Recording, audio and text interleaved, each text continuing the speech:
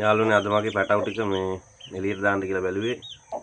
දැන් මේ හතියක් හරියන්නේ දැන් මාසයක් විතර වගේ වෙනවා පැටවු ටික. මේ බඩු ටික. පැටවු 6 දෙනෙක් ඉන්නවා. පැටවු මම බිත්තර 8ක් තිබ්බා. 8න් එක බිත්තරයක් අතුරුදහන් වුණා. ඊට පස්සේ පැටවු 7 දෙනෙක් ආවා. 7 දෙනාගෙන් මේ එක්කෙනෙක් කොහොම හරි මැරුණා. දවස් 3න් වගේ එක්කෙනෙක් මැරුණා. හේතුවක් හිතා ගන්න බැරි වුණා. මැරලා ඒ සාමාන්‍ය කුකුල් වදන කට්ටිය නම් දන්නවා. මේ සාමාන්‍ය පැටවු පොඩි කාලේ මැරෙන්න තියෙන සම්භාවිතාව වැඩි. එක හේතු හින්දා මැරෙනවා. සීතල හින්දා මැරෙනවා. එමෙ හැදිලා මැරෙනවා. ඊට පස්සේ උන්ගේ ඉපදෙනකොටම තියෙන පොඩි පොඩි දුර්වලතා හින්දා මැරෙනවා. මරුණා මොනවා වෙලා මැරෙනවද කියලා දන්නේ නැහැ. මැරුණා එකෙක් කොහොම හරි.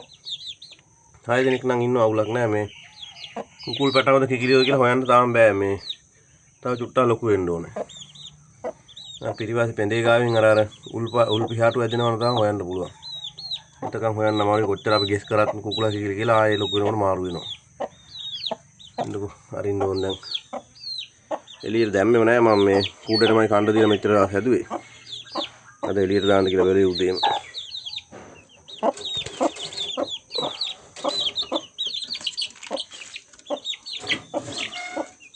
අන්න එනවා එළියට.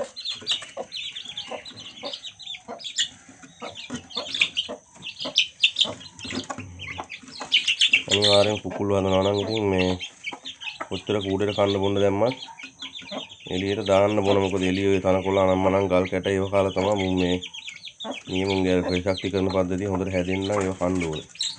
නැත්තම් නිකන් බොයිලර්ලා වගේ වැඩක් නැහැ. විශේෂයෙන් පොර කුකුල්ලු.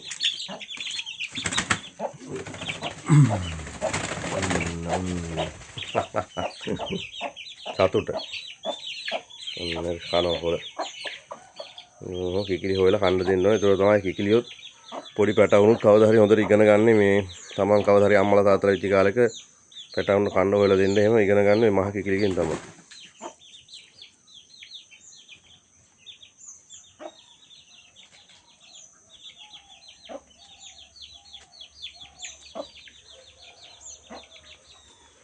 තව කනකාටුදායක පුවතක් කියන්න තියෙනවා. මේ මගේ මහ කුකුලා නැති වුණා. මැරුණා. මේකට කොහොම හරි අර කොක්සිඩියෝසිස් වෙන්න ඕනේ. මේ ලේ බඩයන් ලෙඩක් ඇතිලා මේ කොහොම හරි මම සෑහෙන දවසක් හිටියා. මාසෙකට කිට්ටු වෙන්න වගේ හිටියා. ලෙඩෙත් එක්ක මම බෙහෙතුක් කරා පුළුවන් තරම්. කරාට බේර ගන්න බැරි වුණා. ඊට පස්සේ දැන් ඌ මැරුණා. දැන් ඊට පස්සේ තාම මේ කුකුලෙක් අලුතෙන් එකෙක් ගේනවද නැත්නම් මේකෙම සෙට් එකෙන් එකෙක් තියා ගන්නවා කියලා හිත කල්පනා කරලා ඉන්නේ. මේකේ හොඳ පැටියෙක් සෙට් වුණොත් මේ හොඳ අංග තියෙන කුකුලෙක් සෙට් වුණොත් මේකෙම එකෙක් තියා ගන්නවා. ඒක මම පොඩි කාලේ ඉඳලම හරි විදිහට පිළිවෙලට හදා ගන්නත් පුළුවන්. මම ඉස්සෙල්ලා කුකුලා මං ගෙනාපු එක සාමාන්‍යයෙන් මාස 7ක 6ක 7ක වගේ කුකුලෙන් මං ගෙනාවේ. ගේනකොට ටික පාණ්ඩු හැදිලා වගේ ඊට පස්සේ නම් හරි ගියා. කාණ්ඩ වොන් දුන්නාට පස්සේ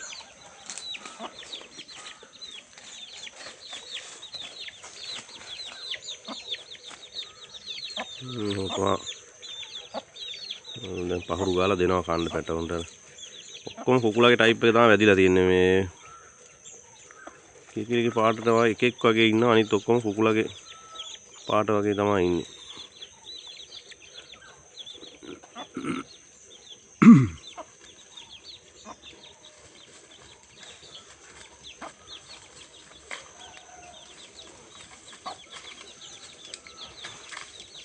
හොඳට පහු ගන්නවා.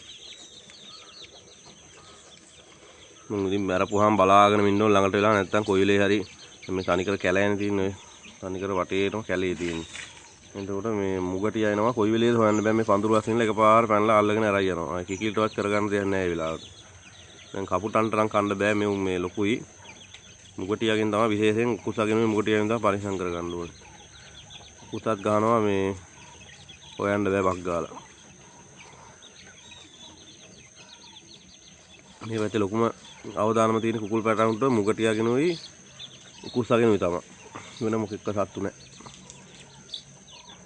පූසෝ එහෙම නම් අල්ලන්නේ නැහැ. පූසෝ එනකොට බල් මේ කිකිලි කොටනවා.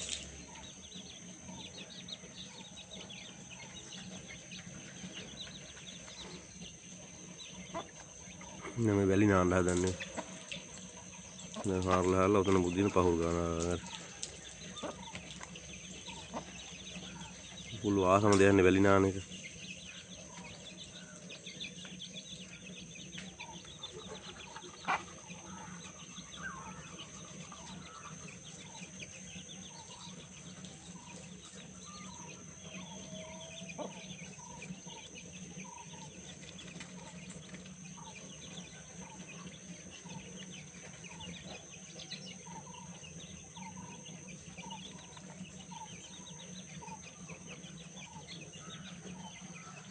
ඉතින් මේ ක්‍රියාකාරකම් බල බල දවස මුණත් මේ බලා ඉන්න පුළුවන්. ඉතින් එක අමුතු වැඩ තියෙනවා. එක සත්තු වරන් දුවනවා, ඊට පස්සේ ආයි අනිත්‍ය උන් එලවනවා. තව කොහොමද මාසයක් විතර වගේ යනවා කුකුලා කිකිලි හොයන්න පුළුවන්. දැන්ට සාමාන්‍යයෙන් හෙయ్యෑ කියලා ඔළුව එහෙම ලොකු මේ පෙඳ අඩුවේ උන් තමයි කුකුල්ලු. අනිත් අර පෙඳ දිගට වගේ තියෙන්නේ මේ කිකිලියන්ගේ. ඒ වුණාට ඉතින් මේ පෙඳේ හොයන්නත් අමාරුයි. මොකද මහ කුකුලගේ අර මේ ලොන් ටේල් එකේ ඒකයි පෙඳේ දිගයි.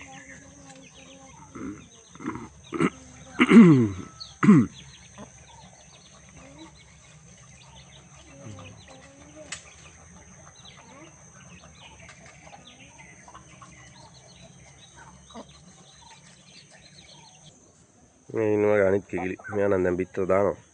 බිත්තර දාමර බිත්තර වල පැටවු නැහැ. මොකද මේ කුකුලා නැහැනේ. කුකුලා නැති ඉඳ පැටවුනේ. ඉඳෙන්නේ නැහැ. මේ ඉන්නේ මේකට කොටලා ඔලුවට වෙන්නේ. ඔලුවේ මහ කිකිලි කොටලා. පැටවු ඉන්නේ කිකිලි. ඒක තුවාලයක් තියෙනවා. මම දැම්ම බෙටරින් දාලා දැන් නම් හොඳයි. මේ තියෙන්නේ.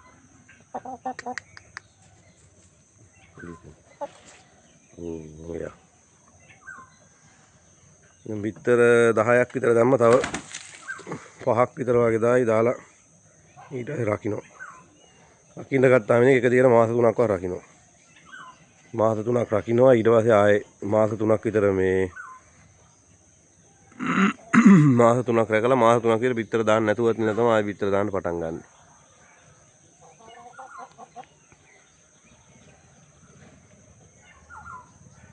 ඉතින් අර පැටව ලොකු වෙනකන් ආයේ පැටව හෙට්ටය හදා ගන්න බැරි වෙනවා. මොකද කුකුලෙක් නැති හින්දා.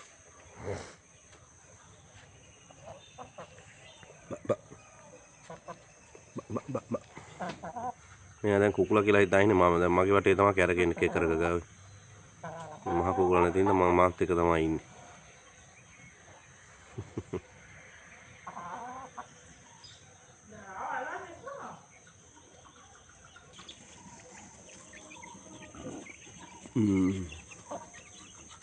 එන යාළුවනේ මේ අතට ගිහින් එන්නම් ආයේ වීඩියෝ එකකින් හම්බෙමු. මම මේ උන්ගේ ෂෝට් දිගටම දැම්මා. මේ ඉස්සරහට දාන්නම්. මේ channel එකත් එක්ක දිගටම එකතු වෙලා ඉන්න. subscribe කරන්න. වීඩියෝ එක හොඳනම් like කරන්න. මේ අදට එනම් ගිහින් එන්න.